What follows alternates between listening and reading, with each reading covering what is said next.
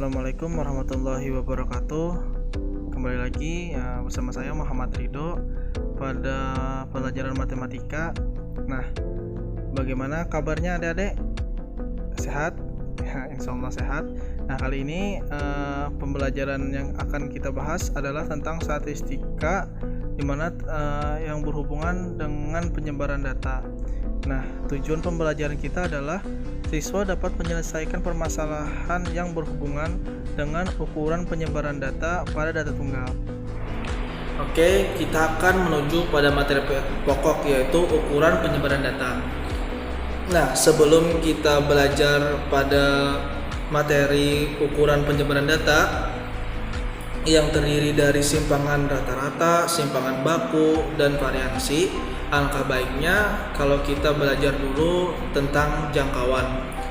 Nah, apa sih jangkauan itu? Atau yang biasa kita sebut dengan range. Jangkauan adalah selisih antara data terbesar dan data terkecil pada sekelompok data. Jangkauan sering dilambangkan dengan R. Jadi, rumusnya adalah R sama dengan X maksimum dikurangi X minimum, dengan keterangan bahwa R adalah jangkauan, X max atau X maksimum adalah data terbesar, dan X min atau X minimum adalah data terkecil. Nah, kemudian ada jangkauan interkuartil. Nah, jangkauan interkuartil adalah selisih antara kuartil ketiga dan kuartil ke-1. Jangkauan interkuartil sering dilambangkan dengan huruf H. Jadi, rumusnya adalah H sama dengan Q3 dikurangi Q1, dengan keterangan bahwa H adalah jangkauan interkuartil, Q3 adalah kuartil ketiga, dan Q1 adalah kuartil ke-1. Kemudian ada jangkauan semi interkuartil atau simpangan kuartil. Nah, simpangan kuartil adalah setengah dari selisih kuartil ketiga dan kuartil ke-1. Simpangan kuartil sering dilambangkan dengan QD. Jadi, QD sama dengan setengah kali Q3 dikurangi Q1. Dengan keterangan bahwa QD sama dengan simpangan kuartil, Q3 adalah kuartil ketiga, dan Q1 adalah kuartil ke-1. Nah, kita langsung masuk ke contoh soal. Nah, misalkan disajikan data berikut. Di sini disajikan 17 data.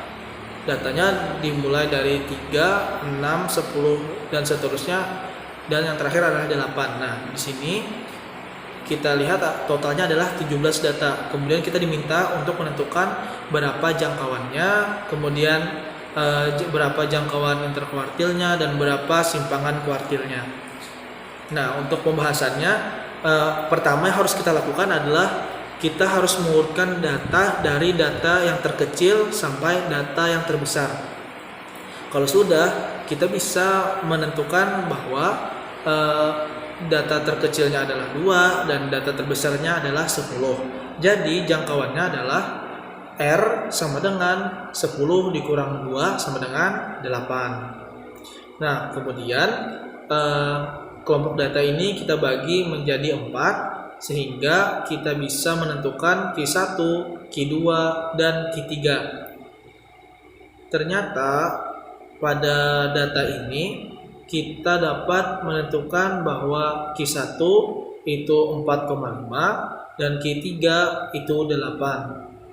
Sehingga jangkauan interkuartilnya sama dengan 8 dikurangi 4,5 sama dengan 3,5. Dan yang terakhir, simpangan kuartil. Kita bisa menentukan dengan menggunakan rumus bahwa simpangan kuartil sama dengan setengah kali Q3 dikurangi Q1 sama dengan setengah dikali 3,5 sama dengan 1,75. Ukuran penyebaran data yang akan kita pelajari kali ini yaitu pertama adalah simpangan rata-rata atau SR. Yang kedua adalah simpangan baku atau S, dan yang ketiga adalah variansi atau ragam yang biasa disimbolkan dengan V atau S kuadrat. Yang pertama kita akan membahas tentang simpangan rata-rata. Nah, simpangan rata-rata merupakan nilai rata-rata dari selisih setiap data dengan nilai rata-rata hitungnya. Untuk menentukan simpangan rata-rata, kita bisa menggunakan rumus SR. Nah, untuk data tunggal pada pembahasan kali ini, SR itu sama dengan 1/N sigma XI min X bar, di mana I sama dengan 1 sampai dengan N. Dan keterangan bahwa SR itu sama dengan simpangan rata-rata, XI adalah data ke I, N adalah banyaknya data, dan X bar adalah rata-rata hitung. Kita akan langsung ke contoh soal. Disajikan data sebagai berikut. Nah, 4, 6, 8, 5, 4, 9, 5, dan 7. Kemudian pada data di atas kita akan menentukan simpangan rata-ratanya. Nah, kita akan langsung pembahasannya. Untuk menentukan simpangan rata-rata, ada beberapa langkah yang harus kita lakukan. Yang pertama, kita menentukan N-nya. Pada data ini N-nya ada 8. Berarti banyak data ada 8. Kemudian jumlah data atau sigma X sama dengan 48. Sehingga rata-rata hitungnya adalah 48/8 sama dengan 6. Nah, kemudian kita mendapatkan bahwa data pertama adalah 4, kemudian X barnya adalah 6. Sehingga kita dapat menentukan tanda mutlak XI min X bar untuk data pertama, yaitu 4 dikurang 6 sama dengan 2. Ini kita lanjutkan sampai data ke-8. Setelah itu kita hitung jumlah dari tanda mutlak XI min X bar. Maka kita akan temukan jumlahnya adalah 10. Sehingga simpangan rata-rata untuk data yang disajikan adalah 1/8 dikali 10 sama dengan 10/8 sama dengan 1,25. Nah, kemudian untuk materi berikutnya adalah simpangan baku atau S. Nah, simpangan baku atau standar deviasi merupakan akar dari jumlah kuadrat deviasi dibagi banyaknya data. Nah, untuk simpangan baku pada data tunggal, kita bisa menggunakan rumus S sama dengan akar 1/N sigma XI min X bar kuadrat, di mana I sama dengan 1 sampai dengan N. Dengan keterangan simpangan baku disimbolkan dengan S, kemudian XI itu adalah data ke I, dan N adalah banyak data, X bar adalah rata-rata hitung atau min. Nah, kita akan langsung masuk ke contoh soalnya.